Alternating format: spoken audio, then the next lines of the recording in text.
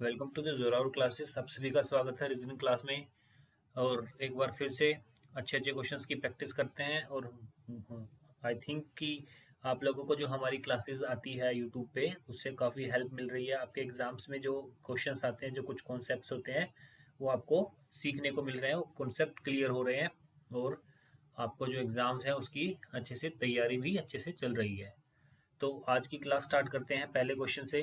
Question है हमारे सामने पहला। Pointing towards a man, a lady said, "He is the son of my husband's brother. How is the lady's husband related to the man?" एक पुरुष की ओर इशारा करते हुए एक महिला ने कहा, वह है मेरे पति के भाई का पुत्र है। तो इसमें पूछा है कि महिला का पति पुरुष से कैसे संबंधित है, किस प्रकार संबंधित है। चार ऑप्शन है हमारे पास। तो यहाँ पे ये बोलता है कि वह है कौन, वो जो पुरुष है जिसके बारे में महिला बता रही है, वह है मेरे पति, यानी किसके पति, महिला के पति, और महिला के पति के भाई, यानी कि महिला का पति का भाई कौन होगा, महिला का देवर होगा। ठीक है, यानी कि इस लाइन का मतलब क्या है, वह मेरे पति के भाई यानी कि महिला के देवर का पुत्र है। कौन, वो पुरुष। ठीक है, यानी कि महिला के देवर का पुत्र कौन होगा, महिला का क्या लगेगा, भतीजा लगेगा। ठीक है ना। बट इसमें क्वेश्चन में पूछा है महिला का पति पुरुष से कैसे संबंधित है। देखो, इसका भतीजा महिला का है तो इसका भी भतीजा होगा।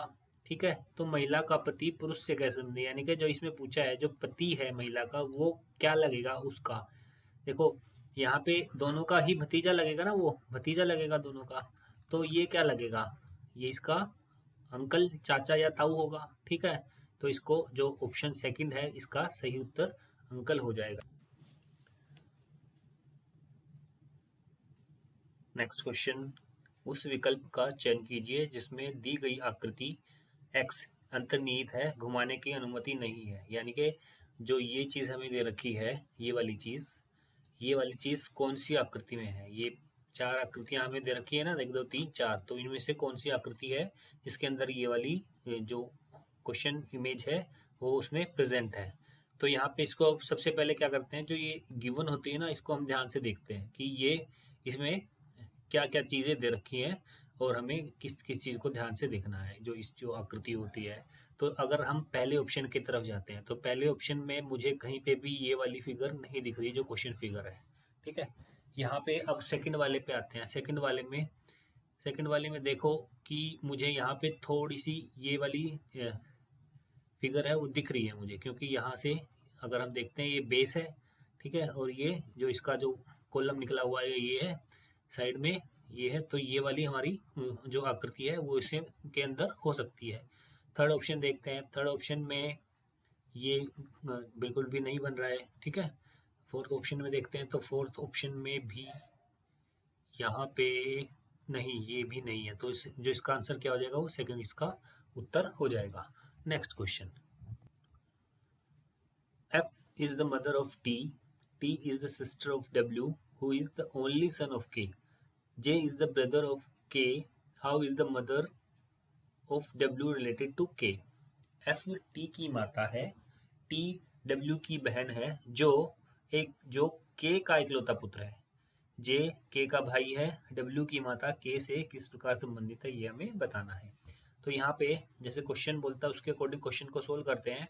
F T की माता है, जो F है वो क्या है, माता है। देखो, मैं हर बार आपको बता देता हूँ, जो मेल है उसके लिए हम क्या यूज़ करते हैं, ट्राइंगल यूज़ करते हैं, और जो फीमेल होता है उसके लिए हम क्या यूज़ करते हैं, सर्कल यूज़ करते हैं। ठीक है, जो इस टाइप के क्वेश्चन होते हैं वो ये करते हैं। जो सेम जनरेशन होती है उसको हम एक लाइन में लिखते हैं, एक जनरेशन ऊपर होती है तो क्या करते हैं हम उसको एक जनरेशन ऊपर रखते हैं। अगर 2 जनरेशन ऊपर है तो उसको हम 2 जनरेशन ऊपर लिखते हैं। तो अब जैसे इस क्वेश्चन में दिया हुआ है एफ टी की माता है, एफ माता है, माता का मतलब फीमेल, और फीमेल के लिए हम क्या यूज़ करेंगे, सर्कल यूज़ करते हैं। एफ माता है किसकी, टी की, तो एक जनरेशन नीचे है टी।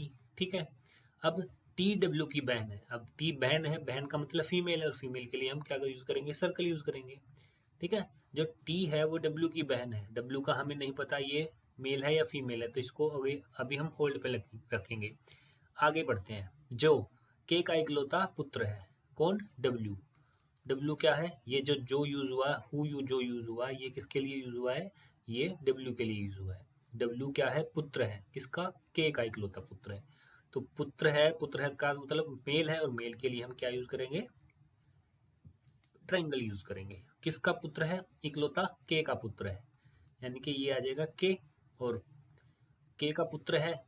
ये क्या है? जो F है वो F माता है T की, और T बहन है W की। तो ये क्या हो जाएगा? ये F और K आपस में क्या हो जाएंगे? ये पति पत्नी हो जाएंगे। अब कुछ बच्चों को कंफ्यूजन होता है कि जब W K का इकलौता पुत्र दिया हो तो T कहाँ से आ गया? तो इसमें कंफ्यूजन होता है बच्चों को, तो मैं बता देता हूँ। इसमें लिखा हुआ है इकलौता पुत्र है, ठीक है। यानी कि इकलौता पुत्र का मतलब है पुत्र सिर्फ एक है, और उसकी पुत्रियां कितनी भी हो सकती हैं। यानी कि जो W है, W की बहन कितनी भी हो सकती हैं, पर जो पुत्र है वो सिर्फ एक है, इकलौता है।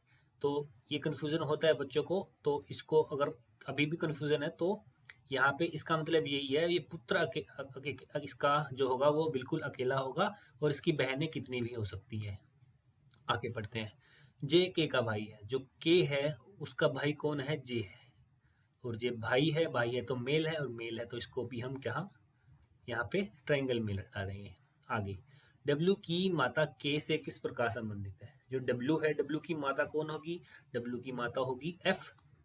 वो के से किस प्रकार संबंधित है? यानी कि के की वो क्या लगती है? तो के की क्या लगती है? वो वाइफ लगती है, और वाइफ लगती है तो हमारा ऑप्शन क्या हो जाएगा? ऑप्शन 3 इस क्वेश्चन का सही उत्तर हो जाएगा। ठीक है, समझ में आया? नेक्स्ट क्वेश्चन देखते हैं। उस विकल्प आकृति का चयन कीजिए जो दिए गए निम्नलिखित पैटर्न को पूर्ण करेगी, जो कंप्लीट करती है। यहाँ पे जो क्वेश्चन मार्क है 3 जगह हैं, उन पे क्या हमें फिल करना है कि जो हमारा जो पिक्चर है वो कंप्लीट हो जाए। तो यहाँ पे हमें पैटर्न दिख रहा है कि एक छोड़ करके एक चीज़ हमें आ रही है, ठीक है ना। ठीक है, देखो ये हेक्सागन है, उसके बाद एक छोड़ करके हेक्सागन है, फिर ये क्या है? स्क्वायर है, तो उसके एक छोड़ करके स्क्वायर है। ऐसे ही यहाँ पे ट्राइंगल है तो एक छोड़ के क्या है? ट्राइंगल है, और यहाँ पे सर्कल है तो एक छोड़ करके सर्कल है। ठीक है, अब यहाँ पे भी पहले नंबर पे क्या है? ट्राइंगल है, और 3 नंबर पे क्या आएगा? हेक्सागन आएगा। ठीक है, तो 3 नंबर पे हेक्सागन आएगा, और यहाँ पे क्या है? ये स्क्वायर है, तो इससे एक छोड़ करके यहाँ पे क्या आएगा? ये भी स्क्वायर आएगा। तो ये वाली फिगर हमें देखनी है। ऊपर ट्राइंगल आएगा, यहाँ हेक्सागन आएगा, और ये स्क्वायर आएगा। तो पहला ही ऑप्शन हमारा सही हो जाता है। इसमें देख लेते हैं, ये तो ऊपर ट्राइंगल नहीं है, यहाँ ऊपर ट्राइंगल है, बट ये इन्होंने आगे आगे पीछे कर दिया, तो ये भी गलत हो जाएगा, और ये तो होगा ही गलत, क्योंकि यहाँ पे सर्कल ऊपर क्या आएगा? ट्राइंगल आएगा। तो ऑप्शन ए इसका सही उत्तर हो जाएगा। नेक्स्ट क्वेश्चन देखते हैं। In a certain code language, fear FEARS is written as HHCUU. How is stare STAIR written in that code language? एक निश्चित कोड भाषा में fear को HHCUU लिखा जाता है, उसी कोड भाषा में stare STAIR को कैसे लिखा जाता है? तो आपके पास 30 सेकंड का मैं टाइम देता हूँ, आपको ये 30 सेकंड के अंदर क्वेश्चन को सोल्व करना है। Your time starts now.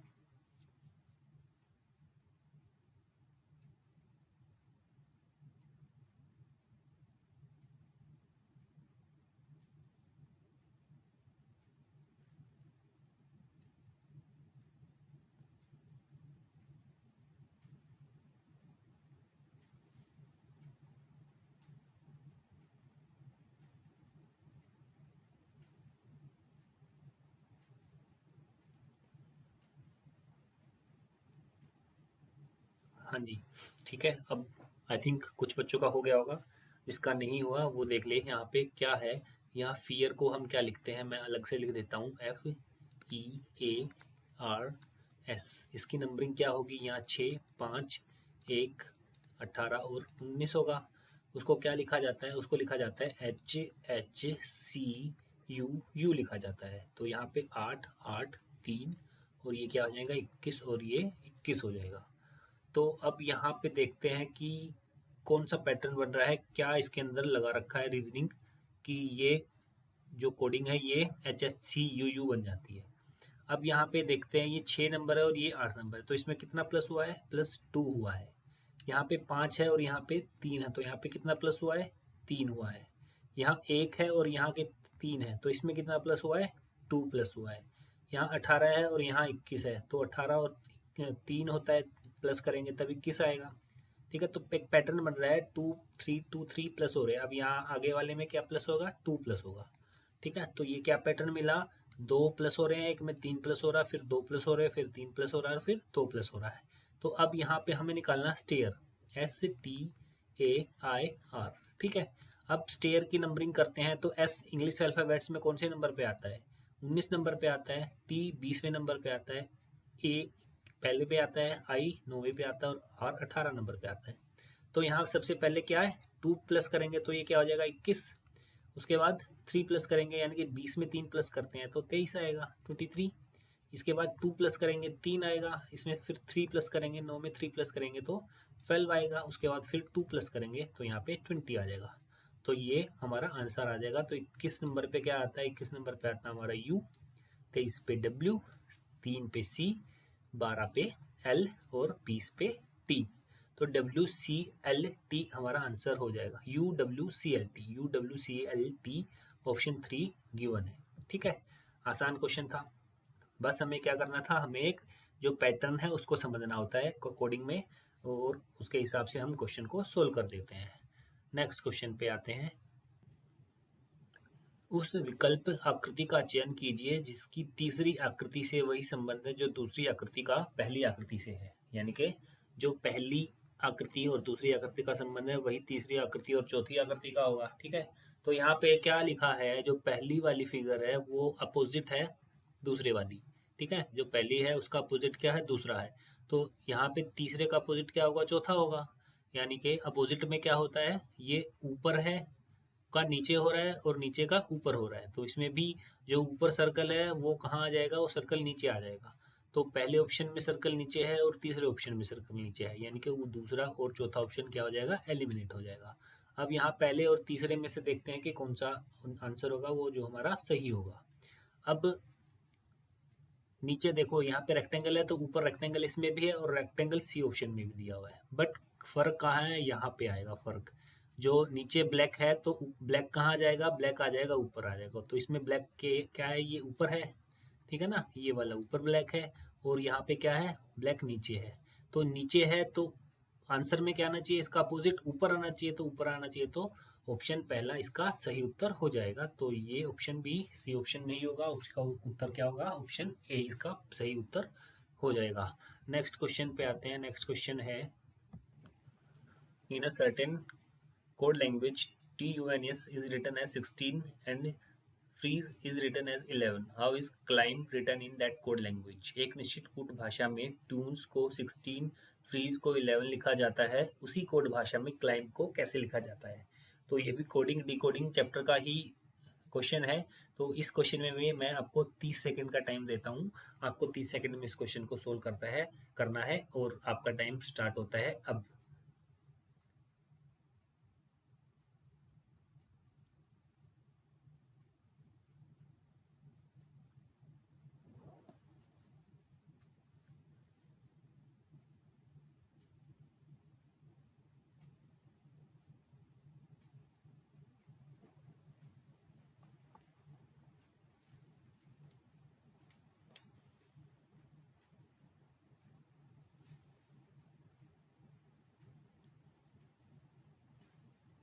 Time up.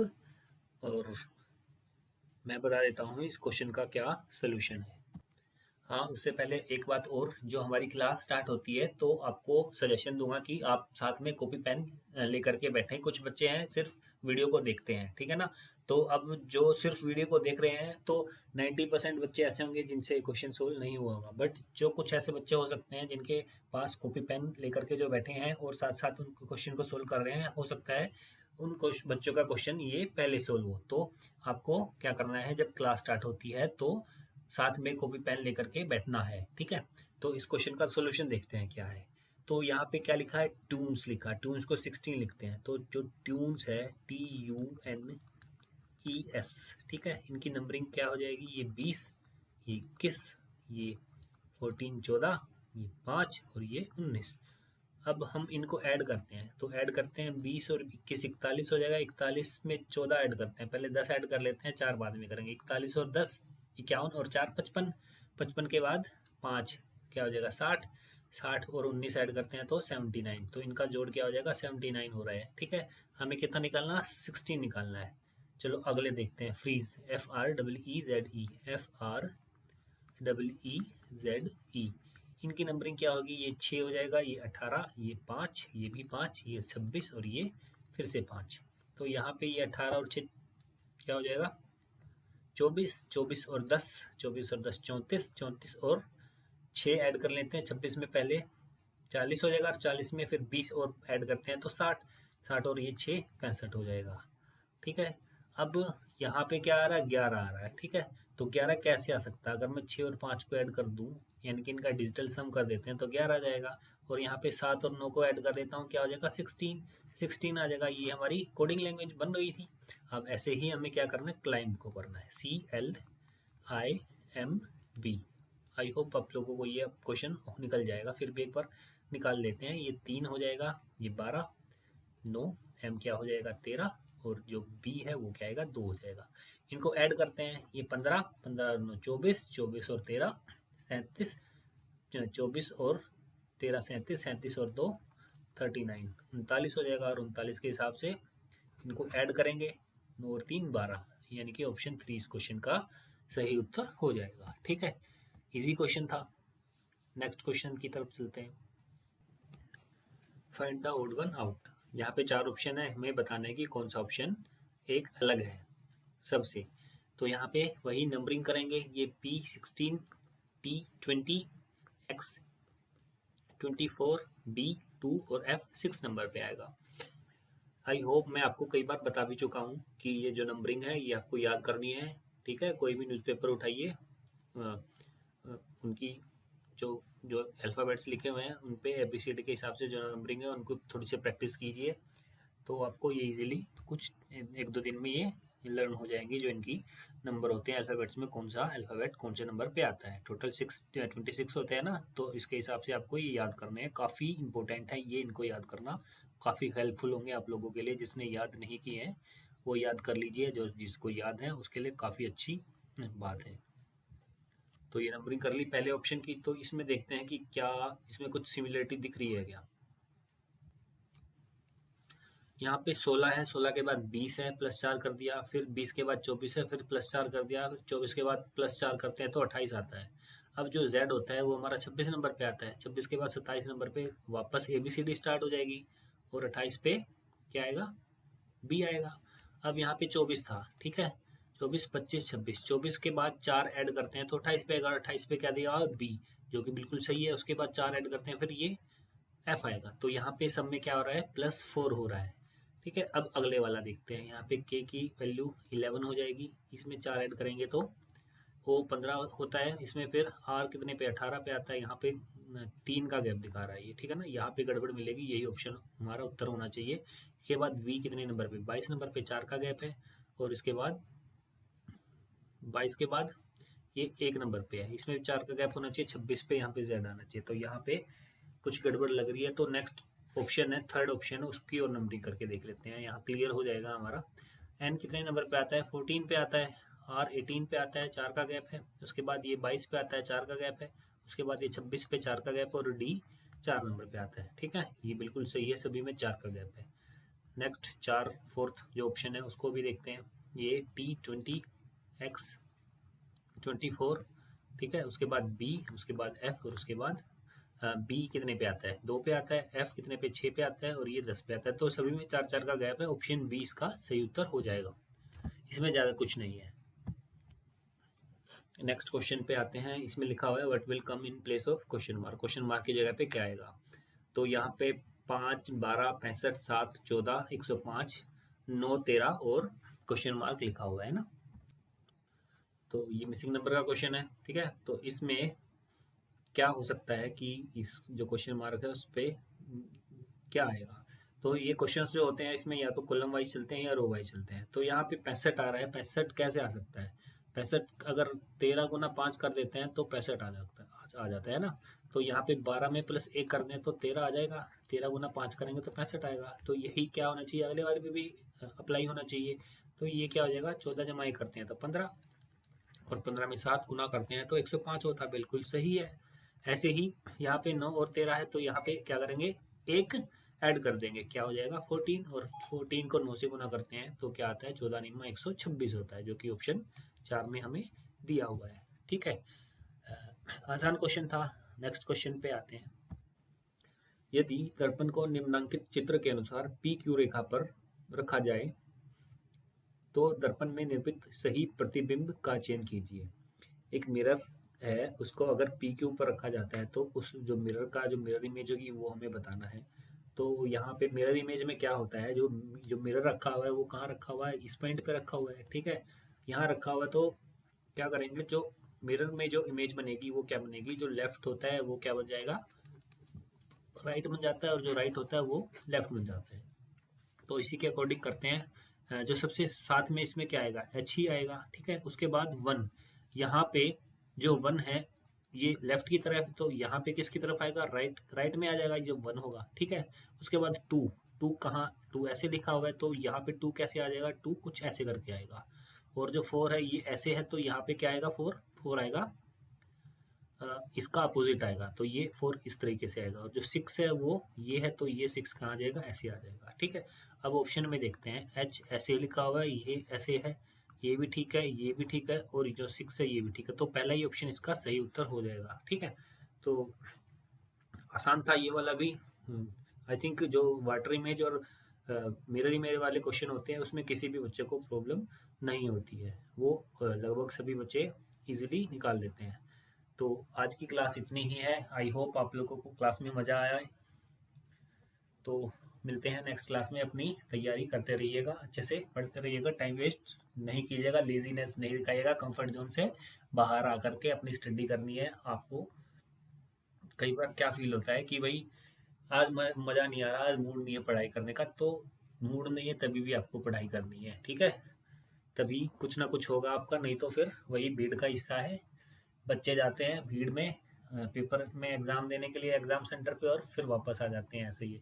But आपको क्या करना है, आपको एक सिलेक्टेड कैंडिडेट बन के जाना है कि आपका सिलेक्शन होगा, और उसी के हिसाब से आपको अपनी तैयारी करनी है। तो मिलते हैं नेक्स्ट क्लास में, तब तक के लिए जय हिंद जय भारत।